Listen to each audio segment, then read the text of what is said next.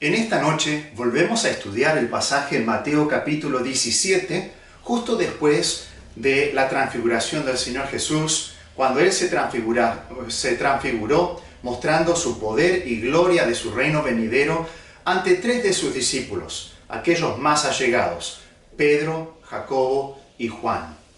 Después de la transfiguración, cuando Pedro, Jacobo y Juan se encuentran con Jesús solo, porque Elías y Moisés ya no estaban, después de haber escuchado la voz desde la nube que decía: "Este es mi Hijo amado, en quien tengo complacencia, a Él oíd". Ellos comenzaron a descender de aquella montaña, de aquel monte, al lugar donde estaba el resto de los discípulos. Y en ese momento sucede el pasaje que vamos a estudiar en esta noche.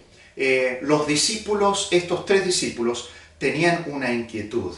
En este pasaje los discípulos comienzan con una confusión que los lleva a una consulta, del cual reciben de Jesús una contestación que trae como resultado la comprensión de los discípulos.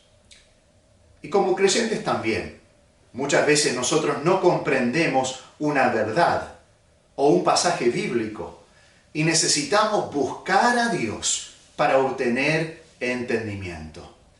Y a través del estudio de este pasaje, creo que vamos a aprender aquella manera en que nosotros podemos tener un entendimiento de aquellos pasajes o de aquellas verdades que no entendemos en el presente. Este pasaje está dividido en cuatro. La primera parte la vemos en el versículo 9, la orden de Jesús. Pero vamos a leer el pasaje para tener un pantallazo de lo que estamos estudiando. Dice en Mateo capítulo 17, versículo 9 al 13. Dice así: Cuando descendieron del monte, Jesús les mandó diciendo: No digáis a nadie la visión, hasta que el Hijo del Hombre resucite de los muertos. Entonces sus discípulos le preguntaron diciendo: ¿Por qué pues, dicen los escribas, que es necesario que Elías venga primero? Respondiendo Jesús les dijo: A la verdad, Elías viene primero y restaurará todas las cosas. Mas os digo que Elías ya vino y no le conocieron, sino que hicieron con él todo lo que quisieron. Así también el Hijo del Hombre padecerá de ellos. Entonces los discípulos comprendieron que les había hablado de Juan el Bautista. Aquí en primer lugar, entonces, en este versículo 9, tenemos la orden de Jesús. A medida que van bajando, dice, cuando descendieron o mientras descendían de ese monte, Jesús les da una orden, un mandato. Y esa orden se encuentra en las palabras de Jesús: no digáis a nadie la visión hasta que el Hijo del Hombre resucite de los muertos. Esta visión no está refiriéndose a algo que se habían imaginado, sino a algo que habían visto con sus propios ojos, tocante al verbo de vida. O sea, esta situación, esta experiencia que tuvieron en el monte, que ellos habían visto con sus propios ojos. Y esta orden hizo varias cosas para los discípulos. En primer lugar, determinó una cronología. Cuando Él le dice: no digáis nada a nadie la visión hasta que el Hijo del Hombre resucite de los muertos, se ve una cronología que Jesús está expresando.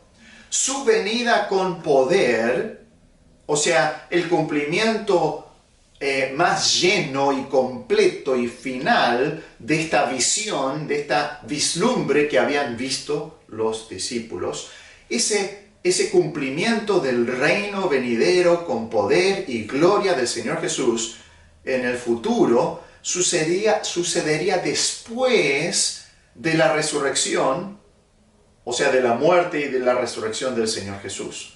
Por eso no debían decir a nadie esta visión, lo que ellos habían visto, hasta después de la muerte y resurrección del Hijo de Dios.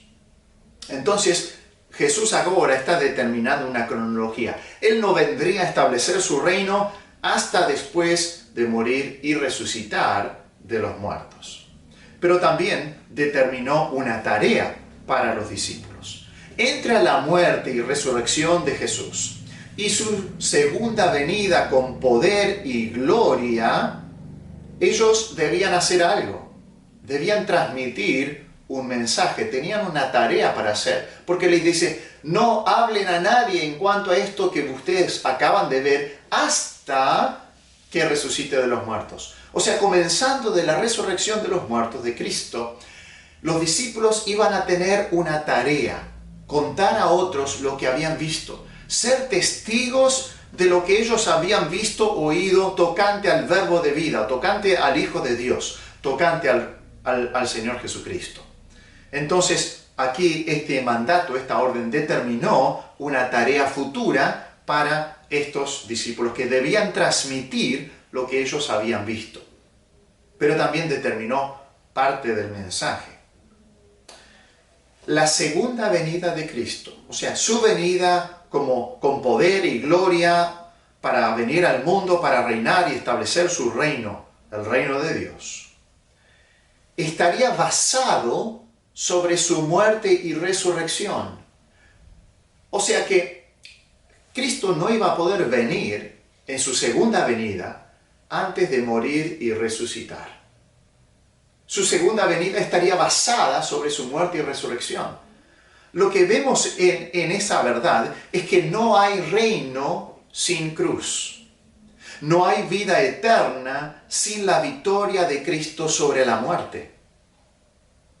Por eso el apóstol Pablo describe el Evangelio, aquello por la cual él dice que es poder de Dios para salvación a todo aquel que cree. El Evangelio lo describe como esto: Cristo murió por nuestros pecados conforme a las Escrituras, fue sepultado y resucitó al tercer día conforme a las Escrituras. Eso lo encontramos en 1 Corintios capítulo 15, versículos 3 y 4. O sea que la segunda venida de Cristo, el cielo, la vida eterna, está basada sobre hechos históricos. La muerte y resurrección del Señor Jesús. Sin esos hechos históricos, sin que Cristo hubiera muerto y resucitado de los muertos, no tenemos vida eterna, no tenemos mensaje, no tenemos esperanza, no tenemos una segunda venida de Cristo. Pero también esta orden reconoció la madurez de estos discípulos. Jesús reconoció que Pedro, Jacobo y Juan eran maduros suficientes, en primer lugar, para experimentar la transfiguración. Recordemos que Pedro llegó a ser uno de los grandes líderes entre los apóstoles. Juan también. Y definitivamente Jacobo también. Fue uno de los primeros mártires del Señor Jesús. El primer apóstol para morir por causa de Cristo. Y ellos habían madurado, eran parte del círculo íntimo de Cristo y estaban mejor preparados quizás que el resto de los apóstoles y definitivamente que el resto de los seguidores de Jesús en ese momento. Así que estaban preparados como para experimentar esta vislumbre del Cristo glorificado, junto con Moisés y Elías que venían. Ellos estaban preparados, estaban maduros. Pero también estaban maduros o eran maduros para guardar un secreto. Jesús reconoció que Él podía decirles que no le digan esto a nadie y que ellos iban a obedecer lo que Él les decía. Eso no siempre sucedía. ¿Se acuerdan? Muchas veces Jesús sanó a algún enfermo, algún paralítico o alguna persona de su lepra y le dijo, no le digas nada a nadie, y sin embargo salían y publicaban lo que sucedía. Y entonces Jesús, en vez de poder estar libremente predicando y cumpliendo su ministerio, muchas veces estaba abrumado con mucha gente y no podían comer, no podían transitar, no podían hacer lo que necesitaban hacer, como en su ministerio. Pero Él confiaba de que sus discípulos iban a cumplir. Es más, Mateo nos dice que ellos guardaron la palabra entre sí. Ellos guardaron el secreto hasta que Jesús resucitó de los muertos. Ahí sí, cuando Él resucitó de los muertos, seguramente que compartieron esta visión, esta experiencia que ellos habían tenido, no solamente con el resto de los apóstoles, sino también con el resto de los discípulos, y cada vez que ellos predicaban el Evangelio también, anunciaban la venida del Señor Jesucristo con poder y gloria. La madurez espiritual nos prepara para entender mejor las Escrituras. Pero al mismo tiempo nos hace tener más preguntas, porque no estamos satisfechos con un entendimiento superficial de las Escrituras, sino que queremos conocer a Dios más profundamente. Entonces la madurez trae un entendimiento, nos prepara para entender mejor las Escrituras, pero a su vez abre la puerta o la ventana a un deseo para entender más. Pero para poder entender mejor las Escrituras, en primer lugar necesitamos ser salvos. Ser salvos. La Biblia nos dice que el hombre natural no percibe las cosas que son del Espíritu de Dios. O sea, el hombre incrédulo, natural, que no ha sido regenerado, no entiende las cosas que son del Espíritu de Dios, porque para él son locura y no las puede entender porque se han de discernir espiritualmente. Y el hombre natural, el incrédulo, está muerto espiritualmente y no puede discernir espiritualmente las cosas de la palabra de Dios. La puede leer, pero no la va a entender, así como Dios quiso que entendiéramos las Escrituras. Pero necesitamos también obedecer lo que sabemos. Por eso Pablo también dice, de manera que yo, hermanos, cuando le escribe a los Corintios, en 1 Corintios capítulo 3, de manera que yo, hermanos, no pude hablaros como a espirituales, sino como a carnales, como a niños en Cristo. Pablo va a hablar acerca de la madurez espiritual como si fuera la madurez física también.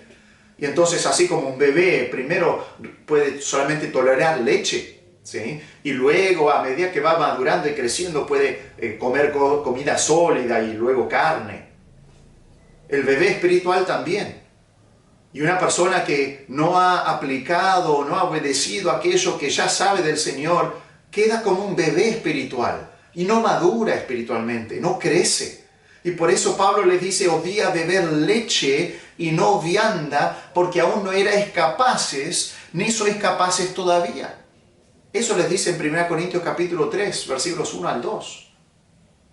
Por eso el escritor de Hebreos, en Hebreos 5:14 nos dice, pero el alimento sólido es para los que han alcanzado madurez, para los que por el uso, por la aplicación, por la obediencia, tienen los sentidos ejercitados discerniendo el bien, en el discernimiento del bien y del mal. Entonces la madurez nos prepara para comprender mejor las Escrituras, pero necesitamos también orar por entendimiento. Por eso el salmista en el Salmo 119:33 dice, enséñame Jehová el camino de tus estatutos y lo guardaré hasta el fin.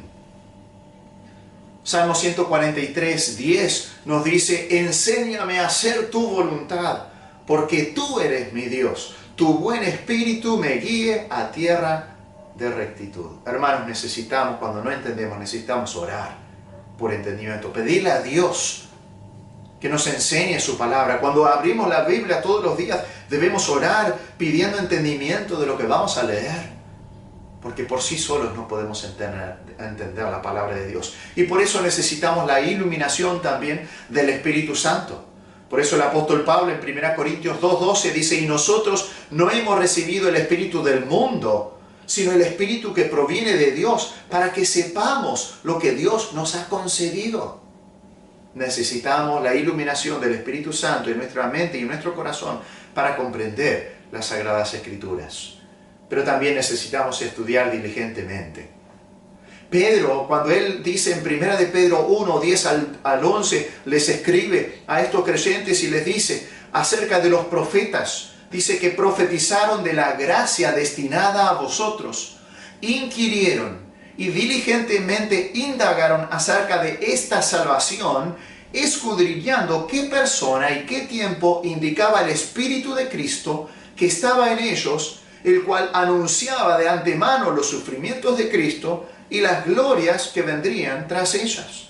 Así que los profetas que escribieron las Escrituras del Antiguo Testamento tenían que diligentemente indagar e inquirir acerca de lo que ellos escribieron. Tú y yo también, nosotros, necesitamos diligentemente estudiar las Escrituras. No podemos pensar, no debemos pensar que el entendimiento de las Escrituras viene por osmosis, que si nosotros colocamos nuestra Biblia debajo de nuestra almohada a la mañana siguiente vamos a despertar con un entendimiento. Necesitamos estudiar la Biblia, ser diligentes en el estudio de la Biblia. No va a venir fácil. Tenemos que poner disciplina en eso. Eso nos llega al segundo punto. Jesús les da la orden a los discípulos de permanecer callados, no hablar acerca de esta visión con el resto de los apóstoles y con el resto de la gente, hasta que Él haya resucitado de los muertos.